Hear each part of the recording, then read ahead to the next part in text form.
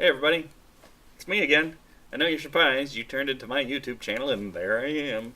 Um, want to talk about another series of books with you today. It is another fantasy series, because that's my bread and butter.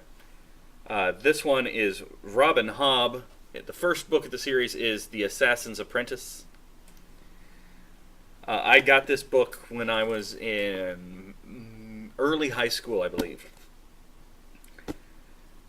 And it begins quite an adventure. This is actually the first book in a trilogy of books called the Farseer Trilogy. That trilogy is then followed by something called the Live Ship Traders Trilogy, which takes place in the same world, but a couple countries over, and doesn't, at least at first, appear to have the same characters. Then she comes back to the characters of this book for the Tawny Man trilogy. Then you go back another couple countries over and like a country up to do the Rainwild Chronicles, which is 4 books.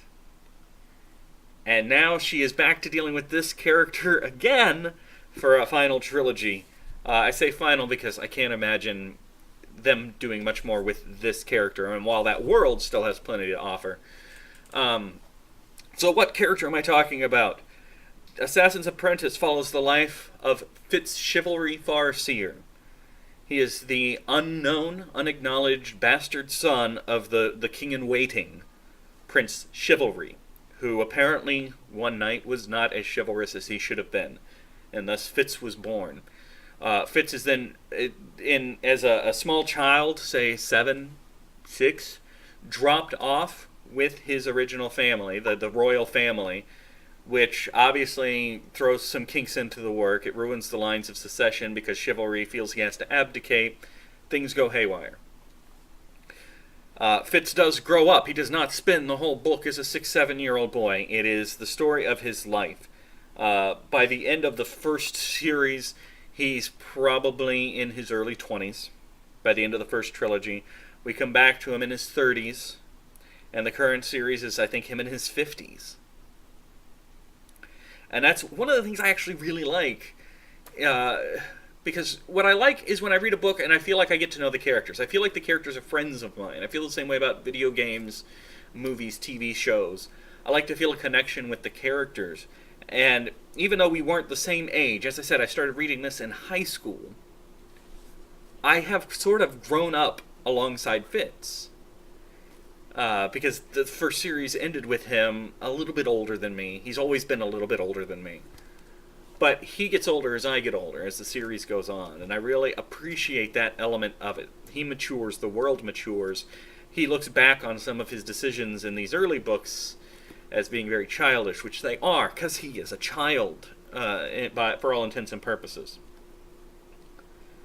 The series as a whole, even the books that don't involve Fitz, are great. I like the world. The world has a very subtle kind of magic. There are 2 main magics, and then there's this third magic that kind of encompasses things we don't understand. But none of the magic is people out there shooting fireballs. The royal magic is a form of telepathy. It's called the skill. And it allows certain people who get the gift from their blood to communicate with others mentally, maybe scramble their thoughts. The true extent of what it can do isn't really fully explored because as the story goes on, the people who are fully trained in it have died off, and now it's more mysterious than ever. There's also a lower-born magic called the wit, which allows a person to communicate with animals. People who use the wit are looked upon with suspicion because it's base and talking to animals, and they can probably become animals, and they want to eat our children. And then hedge magic kind of incorporates everything else we don't understand. Charms can actually have a little bit of magic power. At one point, a character gets a charm.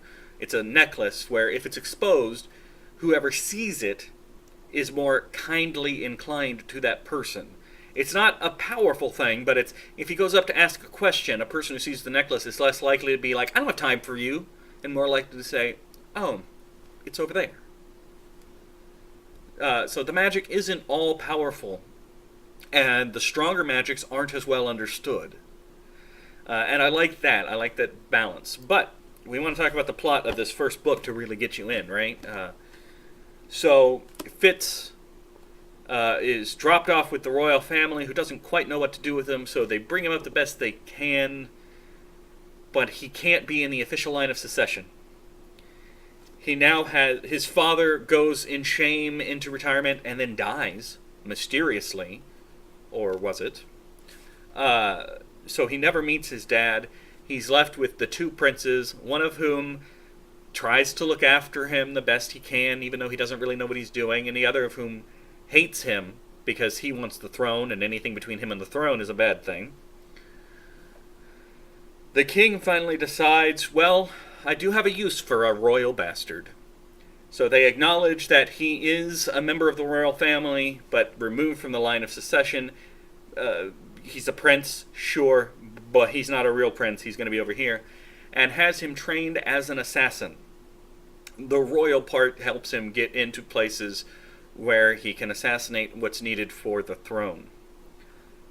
The actual amount of assassinations in the series is surprisingly low, considering that the first 3 books all have assassin in the title. I mean, he is trained as an assassin. That training is a large part of the first book. But by and large, there's not a lot of assassination that actually takes place. It is a great series. All of the books are great series. I love how Robin Hobbs creates these characters. This book has been through a lot. It's in better shape than I thought it would be, considering how many pockets it's been carried around and how many times it's been reread. So, if you want to do a fantasy book about stealth and secrets and intrigue and assassinations with a little bit of magic thrown in, Fitz has the wit. He communicates with animals. He ends up bonding with several dogs, and then eventually bonds with a wolf. So he has a wolf companion through a good chunk of all of his books. So if you're an animal lover, there you go. So the Farseer Trilogy, starting with Assassin's Apprentice. From there, you can use Wikipedia and just keep on reading the series. A lot of people that I've met prefer the next trilogy, Live Ship Traders, and I can see the appeal. It is more mature in that none of the characters are the child of legend. He's not really a child of legend, but he does start out as a child and ends the trilogy as a young adult. Whereas in Live Ship Traders, almost all of the characters are adults. And in that respect, it is more mature. That series even... Robin Hobbs alludes to sex, but doesn't actually write about it. Characters have sex. But it's more in cinematic terms, it's more they're making out and then they turn off the light. Cut to next scene. And that happens a little bit more in Live Ship Traders, which is a fantastic series. But you gotta start at the beginning. So, there you go. See you guys next time.